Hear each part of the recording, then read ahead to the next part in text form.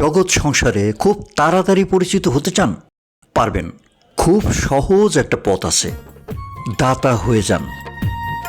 যে মানুষ অকাতরে দান করে, ঘুরে ঘুরে মানুষের কাছে গিয়ে বান্ডিল বান্ডিল টাকা দেয়, চকচকে সোনার মোহর দিয়ে দেয়, যার সান্নিধ্যে দরিদ্র মানুষটা ধনী হয়ে যায় শোধ করেই, তার পরিচয় তো আকাশে বাতাসে ছড়িয়ে পড়বে।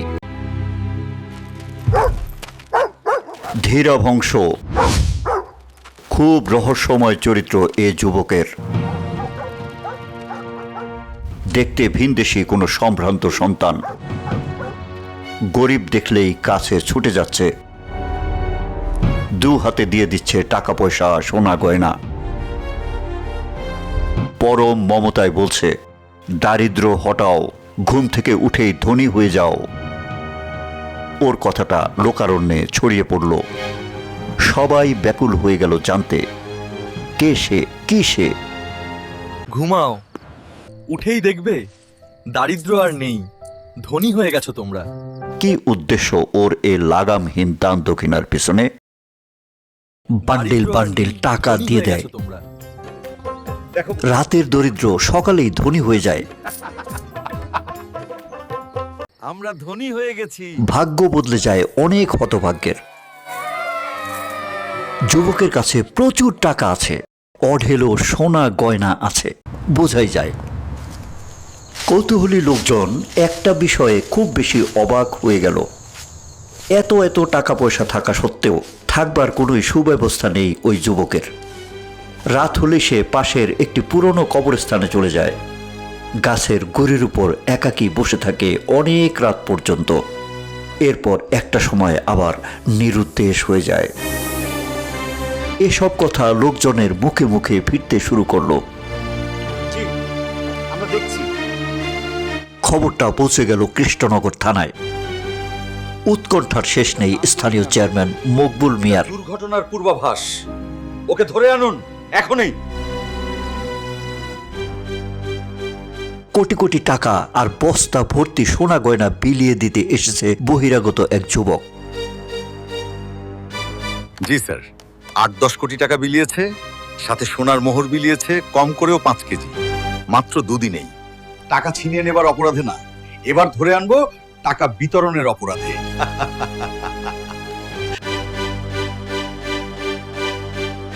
পুলিশ যথা জায়গায় পৌঁছে গেল, যুবককে ঘিরে ধরল। বড় সড় বস্তা সমেত ওকে তোলা হলো গাড়িতে। উঠে পড়ো, এই ছেলে, গাড়িতে উঠে পড়ো, কুইক।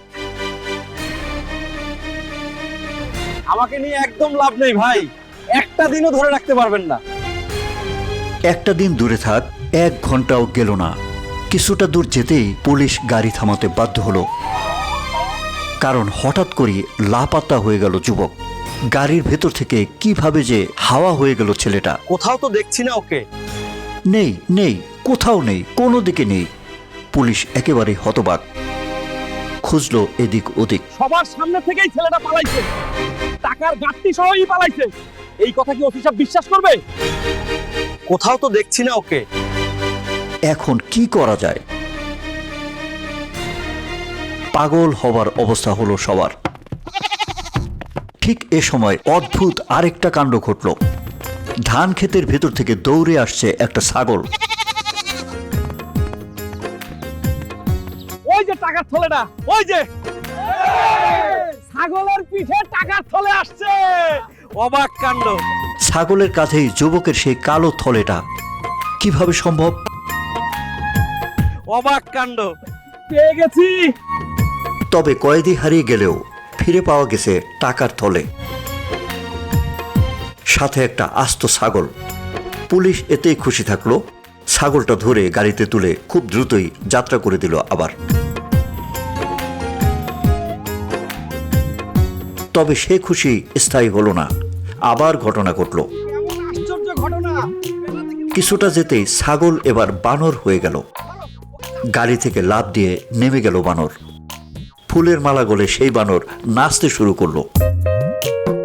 পরক্ষণেই আবার দুর্ঘটনা, বানরটি এবার মোরগ হয়ে গেল। কি হচ্ছে, কি দেখছে ওরা এসব? মাথা ঠিক আছে তো সবার?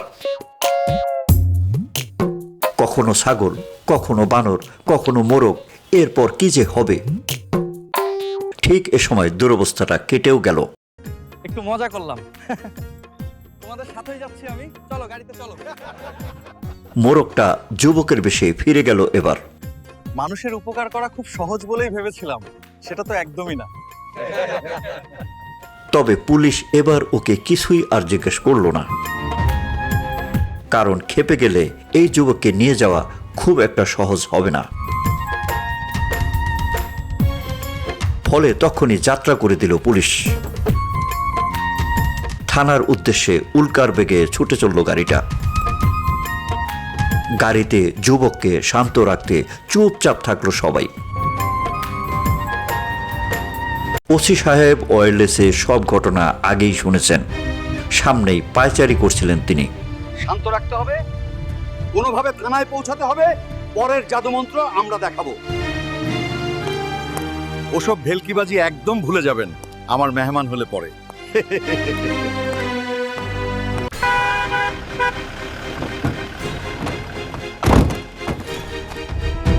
আসুন আমার জাদুকর মেহমান, আসুন আসুন।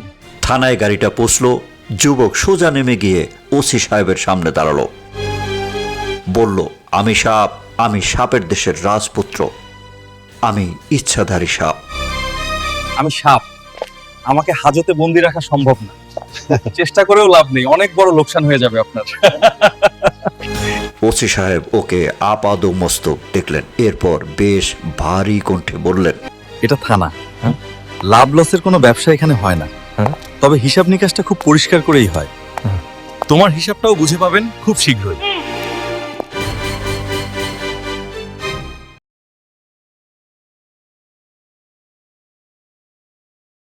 বাক্স পেট্রা ভর্তি টাকা আছে, বস্তায় বস্তায় সোনা আছে, লক্ষ মানুষের ভাগ্যলক্ষ্মী পড়ে আছে আমার কাছে।